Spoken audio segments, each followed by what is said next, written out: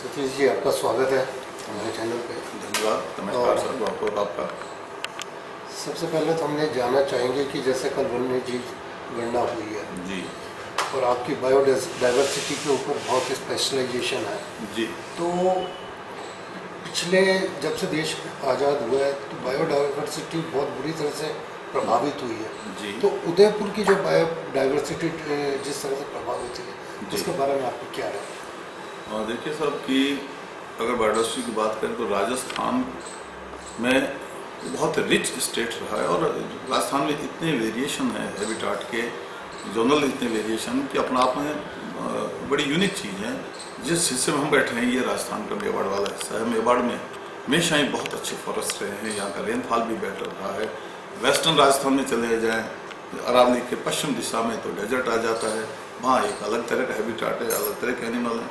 राजस्थान के उत्तर की तरफ अजमेर से होते हुए अलवर तक चले जाएँ, फिर थोड़ा सा हम उत्तर पूर्व में आ जाएँ, भरतपुर धौलपुर तक आ जाएँ, वहाँ एक अलग तरह का हैबिटाट है, अलग तरह के एनिमल हैं। और इसी तरह हम अगर हड़ौती जोन में चले जाएँ तो अलग तरह के हैबिटाट है, अलग तरह के एनिमल। बहुत सारे एनिमल कॉमन भी हैं, लेकिन जो फ़र्क है वो उनकी संख्या का फ़र्क है। और कुछ एनिमल स्पेसिफिक हैं और कुछ प्लांट स्पीसीज भी स्पेसिफिक हैं जो उसी जोन में मिलते हैं। अगर हम आज़ादी के बाद की बात करें, आज़ादी तो बहुत अच्छी व्यवस्था थी, बहुत अच्छे एनिमल थे, बहुत अच्छी बायोडाइवर्सिटी थी। तो उसका कारण क्या था कि उस समय जो नियम थे, कानून थे, वो थोड़े कठोर थे, राजाओं का राज था। दूसरा जो हमारी धार्मिक, हमारी जो इथोज थी वो भी बहुत अच्छी थी। लोगों का धर्म में ज़्यादा विश्वास था, एनिमल के प्रोटेक्शन, उनके संरक्षण के बारे में एक सामाजिक एक माहौल था कि भाई हम जानवरों का शिकार करना एक अपराध है। और यहाँ तक कि आप देखिए आज़ादी से अगर पहले और पीछे चले जाएं तो हमारे घरों में मुर्दे को रखने की प्रथा नहीं है। मरा हुआ मनुष्य हो, चाहे हुआ मरा हुआ जानवर हो, जितना जल्दी हो उसको घर से हटाया जाना चाहिए। लेकिन जैसे ब्रिटिश एरा आया, एक नया चेंज देखा हमारे देश ने कि जो जानवर मारे जाते हैं या जो मार दिए जाते हैं शिकार के द्वारा, उन जानवरों की चमड़ी को उतारकर उनकी ट्रॉफी बनाने का चलन ब्रिटिश टाइम में शुरू हुआ। और उन ट्रॉफी को उन्होंने सजावट के तौर पर घर में ड्राइंग रूम सजाने का सिलसिला चला, या उन एनिमल के हेड की ट्रॉफी बना के घर की दीवारों पर टांगने का सिलसिला चला। तो वहाँ से एक मुर्दे जानवरों को या उनके अंगों को घर में या अपने निवास में सजावट के रूप में रखने का एक चलन चला। उससे हमारे जो देशी राजा थे उनमें भी ये प्रवृत्ति आई। तो जो घरों में ट्रॉफी रखने का रिवाज अंग्रेजों को देख के हमारे यहाँ स्टार्ट हो गया, हमारे राजा महाराजा भी रखने लगे और एक होड़ मच गई कि बड़ी ट्रॉफी किसी जानवर की किसके पास है। तो बड़ा शिकार का, बड़े साइज का टाइगर किसने मारा, बड़े टाइगर का साइज का पैंथर किसने मारा, बड़ी साइज का लायन किसने मारा, उनके रिकॉर्ड लेने लगे। तो इससे क्या एक की सिलसिला शुरू हो गया हमारे यहाँ जानवरों को मारने का, उनको ट्रॉफी के रूप में घर में सजाने रखने का। तो ये एक शुरुआत हुई जो पहले नहीं थी। इसके बाद जब जैसे आज़ादी का दौर शुरू हुआ तो उस समय, उससे पहले जंगल राजाओं की प्रॉपर्टी होती थी, जंगली जानवर राजाओं की प्रॉपर्टी होती थी। आम आदमी को बहुत उनके अलग तरह के अधिकार थे। लेकिन जैसे स्टेट को नई स्टेट को हैंडओवर हुए, स्वतंत्र भारत की सरकारों को जब ये हैंडओवर हुए जंगल, तो राजाओं ने सोचा कि अब हमारे नियंत्रण से चीज जा रही है। तो एक तरह से एक छोटा सा ऐसा पीरियड आया जब लोगों ने नया कानून अपनी जगह ले रहा था, नई व्यवस्था कानून की डेवलप हो रही थी, नई सुरक्षा व्यवस्था डेवलप हो रही थी, पुरानी व्यवस्था समाप्त हो रही थी। वो जो ट्रांजिशन था वो एक अच्छा ट्रांजिशन नहीं था। और उस समय लोगों ने जंगलों को काटना है, जंगलों में से शिकार करने हैं, ये सिलसिला अचानक बढ़ गया।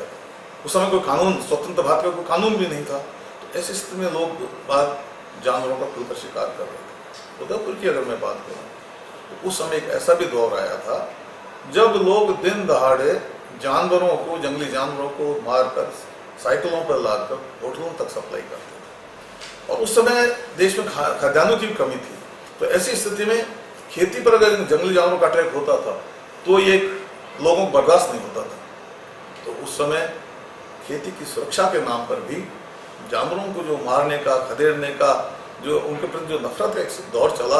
और वो भी एक ऐसा पीरियड था जो खेती की सुरक्षा के लिए सुअरों को मारा जाने लगा, हिरणों को मारे जाने लगा, मृगों को मारा जाने लगा, और ये सिलसिला चलता ही रहा। और स्थिति 1972 के आसपास जब ये देखा कि जानवर बहुत खत्म हो रहे हैं, फिर सरकार को चिंता हुई और फिर कानून लाना पड़ा, वन्य जीव संरक्षण अधिनियम 1972 लाना पड़ा, और कठोर सजाओं का प्रावधान किया गया कि अगर जानवरों को मारते हैं तो उनको सजा दी जाएगी।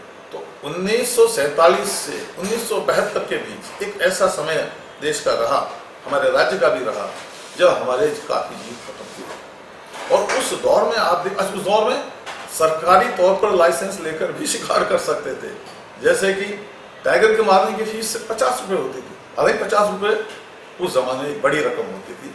तो सरकार को एक फीस जमा कराई, टाइगर को मार लीजिए, सांबर को मार लीजिए, सुअर को मार लीजिए, पक्षी का शिकार कर लीजिए। लेकिन 1972 में इन सभी चीज़ों को रोक लगा दी गई। तो वहाँ से उससे पहले जो एक नुकसान हुआ जैव विविधता का, मेवाड़ में टाइगर की स्थिति बहुत खराब हो गई, टाइगर लगभग खत्म हो गया था। ये जो एक्ट आया 1972 का, लगभग टाइगर यहाँ से खत्म होने की कगार पर पहुँच गया, और 1980 तक तो बिल्कुल उसका खात्मा ही हो गया। सांभर बहुत कॉमन हुआ करता था यहाँ पर, बड़ा हिरण है हमारा, सबसे बड़ा हिरण है देश का भी, राजस्थान का भी। उसकी स्थिति भी मतलब अगर अभ्यारण्य को छोड़ दिया जाए तो जंगलों में से काफी ये शिकार हो गया।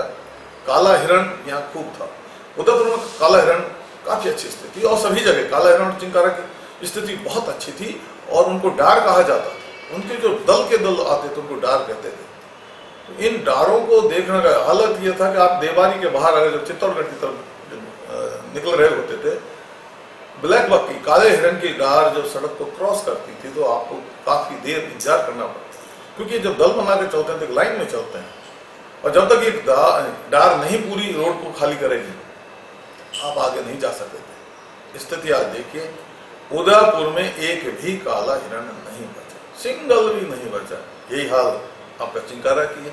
चिंकारा बहुत अच्छी स्थिति में था, चिंकारा भी करीब करीब खत्म हो गया, बहुत कम चिंकारा बचा है। आप रावट की तरफ चलिए, थोड़ा सा बचा है, जैसलमेर अभ्यारण्य में पहुंचिए, थोड़ा सा चिंकारा बचा हुआ है। तो बाकी फिर कुंभलगढ़ की तरफ जाते हैं, मारवाड़ की तरफ, जैसे हम सादड़ी से नीचे उतरते हैं, पाली की तरफ चलते हैं, फिर चिंकारा थोड़ा सा आता है। लेकिन हमारा जो उदयपुर वाला जोन है, इसमें चिंकारा भी बचा हुआ है अभी, लेकिन काफी खत्म हुआ। चौसिंगा भी बहुत काफी खत्म हुआ है। बहुत अच्छा एक छोटा ये मृग था, जंगल में रहता था, और स्थिति ये थी कि आज़ादी के बाद तक भी स्थिति थी कि सज्जनगढ़ के पिछवाड़े में अगर आप बड़ी तालाब के किनारे सुबह बैठ जाएं और शाम को जाएं, क्योंकि ये एक ऐसा मृग है जिसको काफ़ी पानी चाहिए, ये पानी से दूर नहीं जा सकता।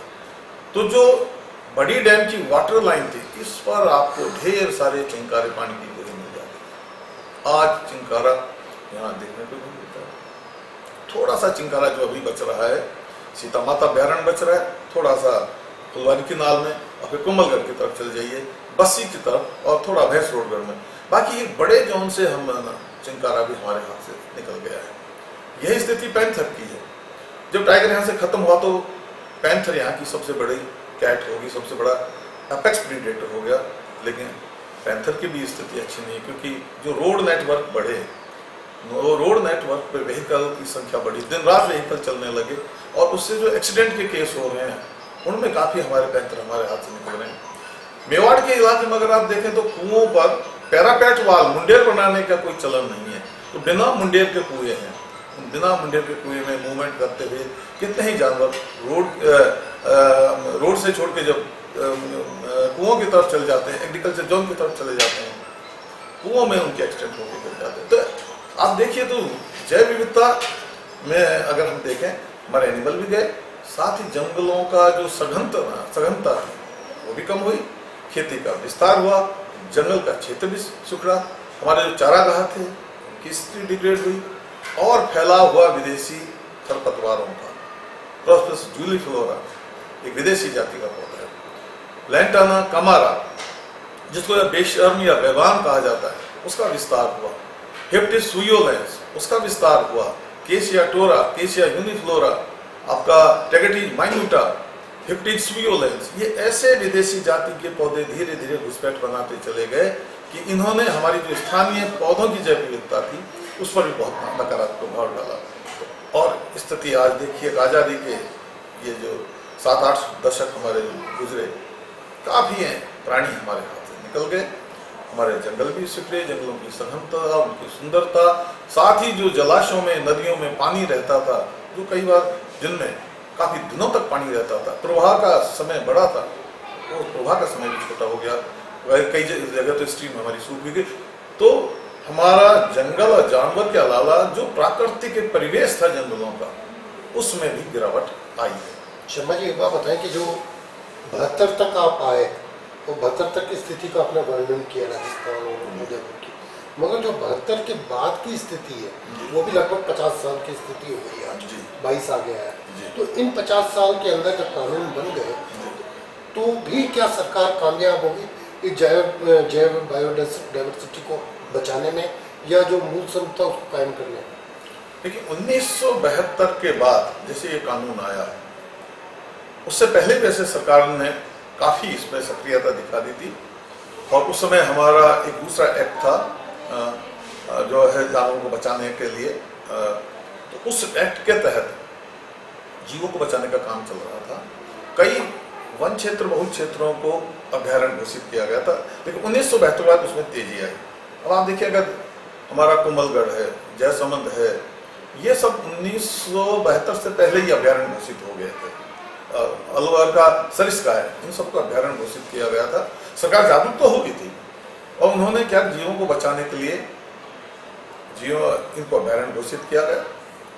लेकिन 1972 में उसमें और कठोरता जोड़ी गई, और 1972 के बाद भी कानूनों में और सुधार किए गए इस वाइल्ड लाइफ एक्ट में, ताकि कानून और थोड़ा सा सीवियर हो जाए, और दूसरे तरह के एक्ट भी लाने पड़े, जिसमें फॉरेस्ट कंजर्वेशन एक्ट 1980 बहुत महत्वपूर्ण है। इस एक्ट में क्या प्रावधान रखे गए कि जो हमारे वन हैं, वन क्षेत्र हैं, इनका नॉन फॉरेस्ट्री उपयोग नहीं हो सकता। गैर वन की, यानी वनों के अलावा अगर दूसरा उपयोग किया जाता है, ये अलाउ नहीं है। और अगर कोई उपयोग करता है तो उसके बदले में, मान लीजिए हमने कुछ जमीन गैर वानिकी कार्य के लिए दे दी, तो इतनी जमीन वन विभाग को दी जाएगी। तो वन क्षेत्रों का जो पहले से जल्दी और बड़ा आसानी से उपयोग किया जा रहा था, उस पर रोक लगा दी। इससे एक बड़ा चेंज ये आया कि जो आवास थे, जंगली आवास थे, उनको सुरक्षा मिली। लेकिन आज़ादी के बाद भी समस्याएं कम नहीं हुई। एक तो हमारी जनसंख्या विस्तार काफ़ी हुआ। जब हम आज़ादी के समय लगभग 36 करोड़ के आसपास थे, आज अगर हम जनसंख्या हमारी देखें 135 करोड़ से ऊपर की तरफ जा रही है, तो कितनी बड़ी जनसंख्या बढ़ी। इतनी बड़ी जनसंख्या के लिए अनाज चाहिए, और अनाज के लिए खेती चाहिए, तो हम हमारी जमीन को रबड़ की तरह बढ़ा नहीं सकते। तो क्या किया, जगह जगह जंगलों को काटा गया, चारागाहों को बर्बाद किया गया, और खेती का विस्तार किया गया। तो इससे जो जंगली जानवरों के आवास थे, वो आवास ही बर्बाद हो गए, क्योंकि हमने चारागाहों को नष्ट किया, हमने जंगलों को नष्ट किया, और खेती को जगह दे दी। तो इसका कारण हमारी जनता भी नहीं, हमारी मजबूरी भी है कि हमारी संख्या बढ़ी। इसने वन आके आवास को काफ़ी नुकसान पहुंचाया, और जब वन ही नहीं है तो वन में रहने वाला जीव तो वहाँ रहेगा ही नहीं। तो जानवरों का कम होने का कारण वो आवास था। दूसरा, हम एक ऐसे इलाके में बसते हैं जहाँ मानसून पर हमारी खेती निर्भर करती है। इतनी जनसंख्या का पेट भरने के लिए सिर्फ मानसून की सिंचाई के द्वारा होने वाली खेती सफिशिएंट नहीं है। यानी खरीफ में सिंचाई के लिए तो प्रकृति ने हमें पानी दे दिया, लेकिन रबी की सिंचाई के लिए क्या करें? तो रबी की सिंचाई के लिए जगह जगह बांध बनाए गए, जगह जगह लोगों ने ट्यूबवेल खोदी। तो जब हम बांध बनाएंगे तो बांध से डाउन स्ट्रीम, यानी बांध से नीचे का जो हिस्सा है, उसकी हाइड्रोलॉजी चेंज होती है, वहाँ सूखे का प्रभाव आने लग जाता है। तो जहाँ पहले हमेशा पानी रहता था जंगली जीवों को पीने के लिए, वो पानी पीने के लिए नहीं बचा करेंगे। जब ट्यूबवेल का चलन बढ़ा रबी की खेती में इरिगेशन करने के लिए, तो हमारा ऊपर की लेयर सूखने लगी। इससे क्या, जिन तालाबों में, गांव के तालाबों में, एनीकट में, छोटे बांधों में साल भर पानी रहता था, वो पानी साल भर रहने नहीं लगा। तो हालात ये हो कि जगह जगह जंगली जानवरों के पीने के पानी के संकट हो गए, और वो जानवर शहरों की तरफ आने लगे, खेतों की तरफ जाने लगे। इससे आदमी के साथ उनका टकराव बढ़ा, और उस टकराव ने कहीं उनका शिकार हुआ, कहीं उनका एक्सीडेंट हुआ, कहीं उनको मारा गया, तो कई जगह उनको फंदे में फंसाया गया। तो आप देखिए कि आज़ादी के इन सालों में आदमी और जानवरों का टकराव बढ़ा है, मेरा क्वेश्चन ये था कि जो 50 साल है, मैं वही कह रहा हूँ, कितने केसेस बनाए, कितने क्या हुआ उसमें? इन 50 सालों में आप देखिए कि बड़ी संख्या में जानवर विविध तरह से मारे गए। सड़कों पर दुर्घटनाओं में बड़ी संख्या में जानवर मारे गए। बिजली का विस्तार हुआ, उन तारों में फंसकर इलेक्ट्रोक्यूशन से जानवर सारे मारे गए। शिकार के भी केस हुए। पैरापेट वाल यानी बिना मुंडेर के कुएं में बड़ी संख्या में जानवर मारे गए। हालांकि विभाग ने, वन विभाग ने, पुलिस ने मिलकर स्थिति में शिकारियों पर काफी प्रभावी कोशिश की और यहाँ तक कि जनता भी इसमें जागरूक किया। जनता ने बड़ा सक्रिय सहयोग दिया है। जगह जगह कुछ एनजीओ भी इसमें काम कर रहे हैं। यूनिवर्सिटीज ने अपनी रिसर्च बढ़ाई। तो दोनों पहलू साथ चल रहे हैं, यानी कि नुकसान वाले कारक भी सक्रिय हैं, बचाने वाले भी सक्रिय हैं। लेकिन इन दिनों में टाइगर का नंबर काफी कम चला गया, जो एक दर्दनाक स्थिति हुई। शाकाहारी प्राणियों की संख्या में गिरावट है, एक दर्दनाक स्थिति हुई। आजादी के बाद भी, 1972 के बाद भी ये चीज चली है। लेकिन अब इस चीज को संभालने की कोशिश की जा रही है। लेकिन हालांकि स्थिति अभी बहुत जटिल और कठिन हुई है, क्योंकि समस्याएं इतनी ज्यादा हैं। उन समस्याओं का निराकरण जब तक नहीं होगा, जब तक हम अपने जीवों को बचाने की स्थिति हमारे सामने कठिन बनी रहेगी। क्योंकि आज आप एक में नई सेंचुरी नहीं बना पाने की स्थिति है। सेंचुरी का थोड़ा सा विस्तार करते हैं, जनता अनेक समस्याएं बता देती है। हालांकि सब जगह ऐसी स्थिति है, लेकिन नहीं है, लेकिन फिर भी बड़े क्षेत्र में जनता के सकारात्मक और निरंतर सहयोग की बहुत जरूरत है। तभी हम जंगली जानवरों को बचा सकते हैं। मैं एक उदाहरण दूंगा, उससे हमें आइडिया लगेगा कि हमने जब जानवरों को, मांसाहारियों को खत्म किया तो कई जगह नीलगाय समस्या, कई जगह फिर आपका सुअर, जंगली सुअर, वाइल्ड पिग, ये समस्या बन गया। तो जैसे ही वो लोग उनके विरुद्ध कुछ काम करते हैं, वन विभाग उनको पकड़ता, पुलिस पकड़ती है, तो लोगों की नाराजगी बढ़ती है। तो लोगों की एंटीपैथी बढ़ती है जानवरों के प्रति कि जानवर हमारे दोस्त नहीं है, बल्कि जानवर हमारे इतने दोस्त हैं, इनके बगैर हमारा जीना कतई संभव नहीं है। छोटी छोटी चीजों पर आज लोग इतने उत्तेजित हो जाते हैं। कई बार मेरे पास फोन आते हैं कि मेरे घर के पास या मेरे पड़ोस में मधुमक्खी का छत्ता है, इसको कैसे तोड़ा जाए, उसको नष्ट कैसे किया जाए। जबकि मधुमक्खी किसी सरसों के खेत हम चले जाएं तो हमें पता लगेगा कि कितनी मधुमक्खियां वहां हैं। अगर वो पॉलिनेशन नहीं करेंगी तो हमारी जितने भी क्रॉस पॉलिनेटेड क्रॉप हैं, क्रॉस पॉलिनेटेड क्रॉप से होने वाली फल सब्जियां हैं, वो हमें नहीं मिलेंगे और हम जिएंगे कैसे। मैंने कई जगह देखा है, लोग ऐसा हमारे फलों को गिलहरी को उतर गई। तो गिलहरियां तो पहले भी थी, गिलहरी और जंगली जानवर हमसे पहले आ गए थे, आदमी से पहले आ गए थे, लेकिन उनको सहन नहीं कर पाते कि साहब गिलहरी को मारने का उपयोग बताइए। कई लोग कहते हैं साहब हमारे पड़ोस में बागले हैं, चमगादड़, और रात को गंदगी फैलाते हैं, जबकि बागल बीजों को एक जगह दूसरी जगह डिस्पर्सल करते हैं, नए जंगल उगाने में जो मदद करते हैं, उनको मारना चाहते हैं। लोग कहते हैं साहब हमारे घर में, हमारे आसपास बंदर और लंगूरों का बहुत आतंक है, इनको हटाने का वन विभाग है, इनको हटाए। तो धीरे धीरे हम उनके उपयोग के बारे में हमारा ज्ञान सीमित हो गया। पढ़े लिखे लोग ये शिकायत करते हैं, तो जब हम उनकी इम्पोर्टेंस को भूल गए, उनकी इम्पोर्टेंस के बिना मनुष्य का कतई जीना संभव नहीं है। आजादी के बाद जो सबसे बड़ी गिरावट आई है वो हमारी इथोज में हुई। पढ़ा लिखा मास भी हमारे जीवों से दूर चला गया, उनके महत्व को ना तो स्वीकारता है, ना उनको ढंग से एडमिट करता है, और इसी के कारण जो आज़ादी के बाद गिरावट आई उसका सबसे बड़ा कारण ये इथोज भी है, जो कि घटी, जो कि डिक्रीज हो गई। सर ये बताएं, आज़ादी के समय जो पक्षी थे जो पाए जाते हैं, उनमें से कौन सी ऐसी प्रजातियां हैं जो मेवाड़ के अंदर विलुप्त हो गई, और अगर विलुप्त हो गई तो उनको संरक्षित करने के लिए क्या योजना है? आज़ादी के बाद में बहुत सारे जीवों को हमने खो दिया, बल्कि मैं कहूँगी ये सिलसिला थोड़ा 1960 के बाद से शुरू हो गया, तो 1972 से पहले आज़ादी के और थोड़ा आगे आ जाए। एक यहाँ मैं पहले उन जीवों के बारे में जो खत्म हो गए, अगर हम ब्रिटिश गजेटियर में चले जाएं, तो ब्रिटिश गजेटियर में ये कहा गया है कि मेवाड़ में हाथी था। मेवाड़ के जंगल इतने अच्छे थे कि हाथी था, हाथी को हमने खो दिया। हाथी कब रहा होगा कि हमारे जंगल बहुत अच्छे रहे होंगे। हाथी को पानी भी चाहिए, अच्छे चारे के साथ साथ पानी भी चाहिए। तो हमारे मेवाड़ के नदी नालों में कितना पानी रहा होगा, उनमें कहीं कहीं ऐसे डीप पूल भी रहे होंगे जिनमें हाथी नहा सकता है। तो जब प्रवाह बंद हुआ तो डीप पूल भी खत्म हो गए, तो हाथी खत्म हुआ। हाथी के बाद मेवाड़ में और आगे बात है, यहाँ से चीता खत्म हुआ, यहाँ से बाघ टाइगर वो खत्म हुआ। और आप देखिए हमारा जो माउंट आबू क्षेत्र है अनादरा के आसपास तक, यहाँ तो बहुत लगभग 100 साल पहले तक अगर जाए तो लाइन भी था, लाइन सिंध को खत्म हो गया और शीघ्रता शीघ्रता वो गुजरात तक आपका गिर तक पहुंच गया। एक समय था यहाँ, अगर हम 40 साल पहले चले जाए, गन्ना बहुत पैदा होता था।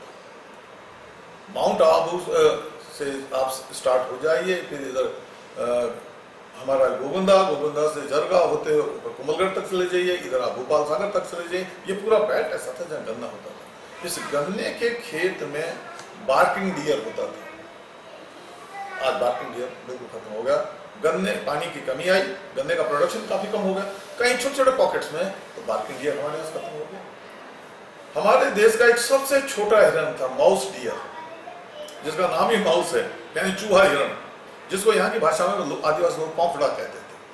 ये सीता माता धरियाबाद और आपका फुलवारी के जंगलों में था। बहुत शर्मिला ये छोटा सा हिरण था जो रात को निकलता था और थोड़ी सी हार से वापस जंगल में छुप जाता था।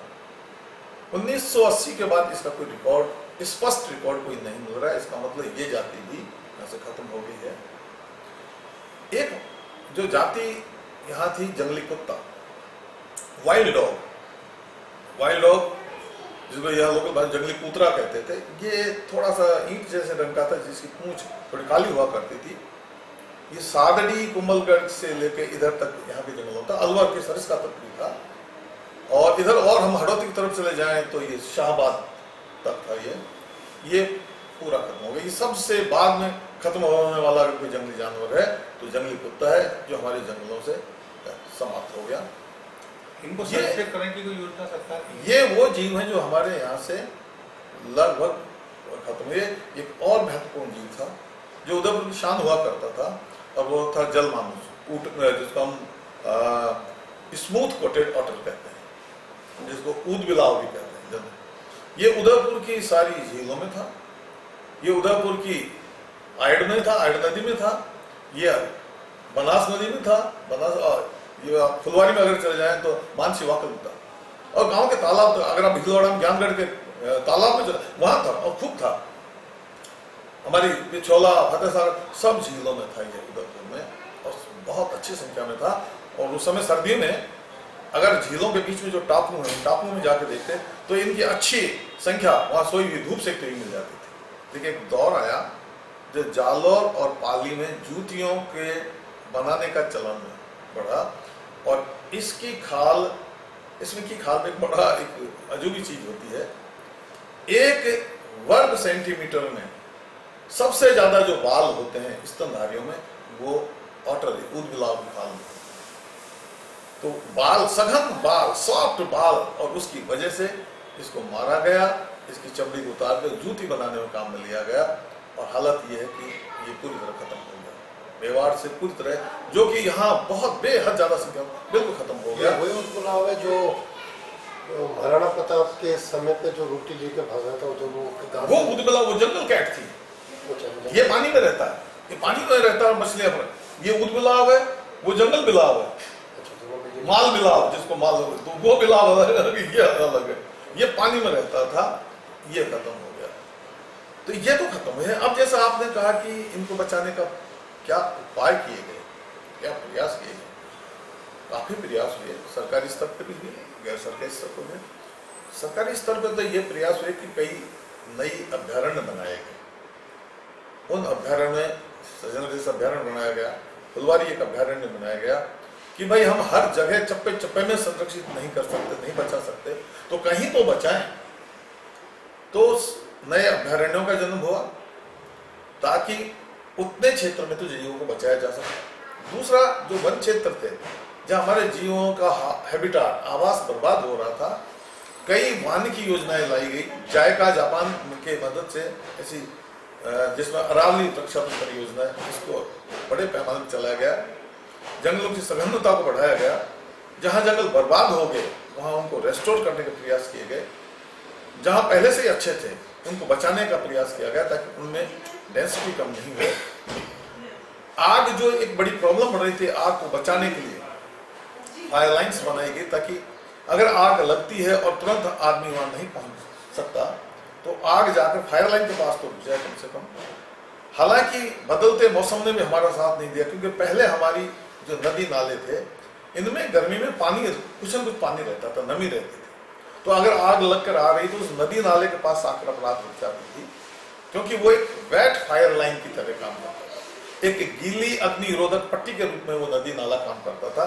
लेकिन समय के साथ जो सूखा बढ़ता गया, ये हमारे नदी नाले गर्मी में अब सूखने लगे, तो अब सूखे होने की वजह से अब ये उस आग को नहीं रोक पा रहे हैं। तो फायर लाइन बनाई गई, जगह जगह फायर वॉच टावर बनाए गए, चौकी और नाकों का एक नेटवर्क किया गया, वायरलेस को सुविधा उपलब्ध कराई गई, और भारत सरकार अपने सैटेलाइट जो उनके सर्विलेंस के लिए ऊपर जो काम कर रहे हैं, उनसे नियमित सरकारों को, विभागों को सूचना मिल रही है कि आपके वहाँ एक फायर लगने की सूचना संभावना है, आप आपका मौके पर जाकर ग्राउंड ट्रूथिंग कर लें, अगर आग है तो उसको कंट्रोल करें।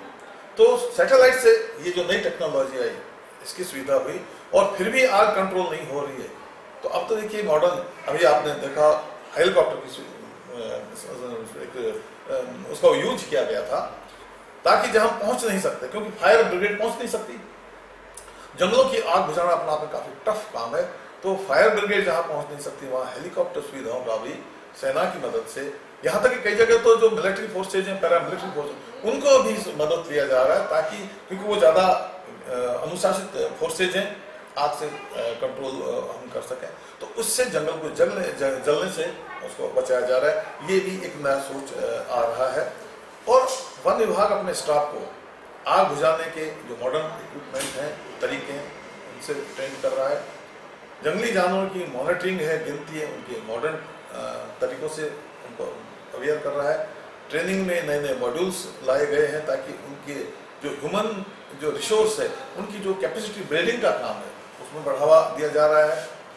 अब तक पहुंच बनी है, और आज संसाधन उपलब्ध हैं, तरह तरह के पिंजरे डिवाइस किए गए हैं, जानवरों को फिजिकली पकड़ने की बजाय केमिकल मेथड से उनको बेहोश करके पकड़ा जा रहा है, ताकि उनमें स्ट्रेस नहीं हो, उनमें कैप्चर मायोपैथी, जो पहले पकड़ने से कैप्चर मायोपैथी भी होती थी, कैप्चर मायोपैथी के कम केस हों, इसलिए केमिकल जो कैप्चरिंग मेथड है, उनको वेटरनरी डॉक्टर्स की व्यवस्था की गई है, ताकि उन जानवरों को पकड़ते समय रिलेटेड कर सकते हैं या नहीं, ताकि एक डॉक्टर की भी ओपिनियन मिल जाए, उसमें वैज्ञानिक पहलू जुड़ा रहे, ताकि हमसे कहीं कोई टेक्निकल गलती नहीं हो जाए पकड़ने में, उसके ट्रीटमेंट में, उसको वापस रिहेबिलिटेट करने में। तो इस सेक्टर में भी सुधार हुआ है। चिड़ियाघरों में भी कायापलट किया गया। पहले जो चिड़ियाघर में जानवर को केजेज में रखा जाता था, तो केजेज में छोटा स्पेस होता था, जानवर को बहुत सारी बीमारियां हो जाती थी, मेंटल स्ट्रेस होता था। अब सेंट्रल जू अथॉरिटी ने उन पुराने जो ट्रेडिशनल चिड़ियाघर सबको बंद कर दिया है, और मॉडर्न जो चिड़ियाघर या केज की बजाय एनक्लोजर में लाओ, जानवर को बाड़े में रखो, बड़े स्पेस में रखो, और वहां या तो नेचुरलिस्टिक हैबिटाट दो, अगर नेचुरलिस्टिक नहीं दे, नेचुरल हैबिटाट दो, नेचुरल नहीं दे सकते, नेचुरलिस्टिक हैबिटाट, यानी जो प्रकृति से मिलता जुलता आवास है वो दो, ताकि फिजिकली मेंटली जानवर अच्छा रहे और अपना ब्रीडिंग करे। इस कंसेप्ट को ध्यान में रखते हुए जो गुलाबबाग का पुराना जो हमारा चिड़ियाघर था उसको छोड़ दिया गया, और उसकी जगह मॉडर्न जो चिड़ियाघर है, जिसको हम बायोलॉजिकल पार्क कहते हैं, आप गुलाबबाग की से हटाकर हमारा जो सज्जनगढ़ है, बायोलॉजिकल पार्क शिफ्ट किया गया।